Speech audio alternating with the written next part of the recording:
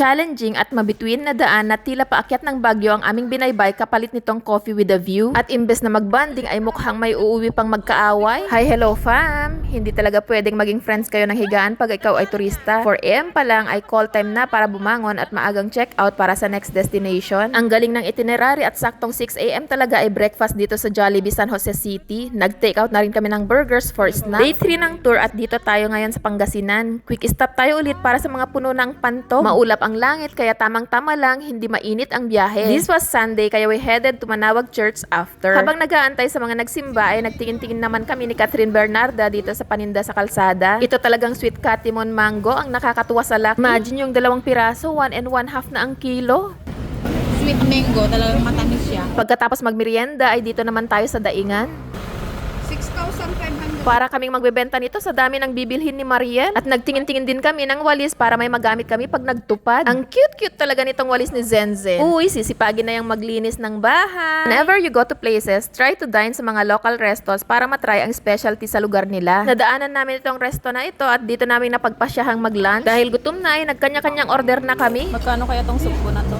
10 ko hanggang balat na kung sobrang mahal. Ito namang sinigang na sugpo ang aking in-order. Tanong namin ang price ng ulam at medyo namamahalan kami. Feeling namin mas magastos pa dito kaysa sa Jollibee. At dahil tayo mga Ilocano, para sa atin ito. Nay, sabalin sa amin sa atay kinanin, tag pinungot matten dagito duwa.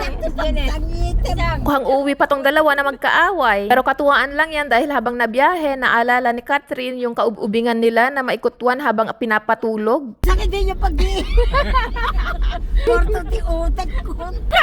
At nagpatuloy nga ang kakulitan ng magkakapatid hanggang sa mag-umpisa na ang pagsubok sa mga biyahilo. Challenging, mabituin o palikolikong daan, paakyat ng bundok na feeling paakyat ka ng Baguio. Got interested sa Maliko when I watched a video na nagkiklaim na ito raw ay part ng Nueva Vizcaya at hindi ng Pangasinan. It's a long story at research nyo na lang for more info. Dahil chismosa nga tayo, ay ask Tita Mariel kung madadaanan namin ang Maliko. I've been traveling to and from Manila, Cagayan, pero bakit never ko siyang nadaanan? Yun naman pala ay di dumadaan ang mga bus dito. Dahil sobrang hilong-hilo na itong si Zenzen ay minabuti naming mag-stop na muna dito. Parang kinukutan yung may mga vloggers dito. Daanan rin pala namin itong mga cyclists na nagte-training. Grabe yung dedication nilang mag-practice ha. Ang hirap kaya nitong paakyat. May mga parteng under improvement pa pala kaya ingat-ingat pag nabiyahe dito. We're supposed to stop sa isang cafe pero super full. Wala mga pagparkingan kaya magtingin-tingin na lang tayo sa madadaanan. At dito nga tayo napadpad sa Breeze and Brew. Kapasok, akala ko naman ang kapehan ay dito sa rooftop. Yun pala ay view deck dito. Grabe ang bilis magpalit ng weather dito. Kanina lang ang linaw-linaw ng dadaanan at ngayon tingnan mo super hamog na. Umakyat din pala itong sina Victoria at Lisa Sobra para mag-photoshoot. Pansin nyo ba? Nakamalok ako dito. Yan ay dahil tinanggal ko ang aking pants dahil pinutakti ako ng langga. Ay masyado yata tayong sweet. Tignan mo kami, dumiretso dun sa taas na hindi nagbasa ng karatula. Nag-expect talaga kami na mahal ang mga bilihin dito kasi syempre inaakyat pa. Surprisingly, very affordable ang kape dito at masarap pa. Yun nga lang, iisa ang bantay that time kaya medyo matagal ang service. Etag. What is etag?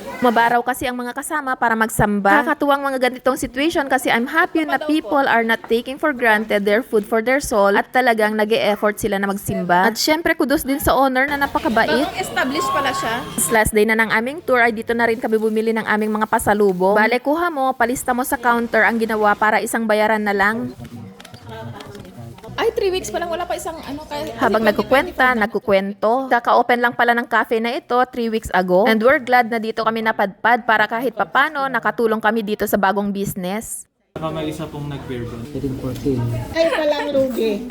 And if you happen to pass Maliko, try nyo rin dito. Promise, ang bait ng owner. After that, bumaba na kami dito sa Santa Fe at pinagpatuloy ang pasalubong shopping. Kasanayan na talaga namin na bumili ng walis dito. Tried and tested ang quality ng mga gawa rito at affordable din. Kayo ba? Anong binibili nyo na pasalubong? Finally, we're in Isabela and dinner sa Jollibee na rin para diretso pahingan na pagkarating. 3 araw na biyahe, tawanan at kulitan. May konting asaran syempre. Pero sa dulo, hindi lang mga lugar ang naabot namin. Mas lumalim din ang aming samahan bilang pamilya. Mas solid, mas bonded, at mas madaming inside jokes. From Team Angkanangkinan, thanks for watching and see you sa next trip namin!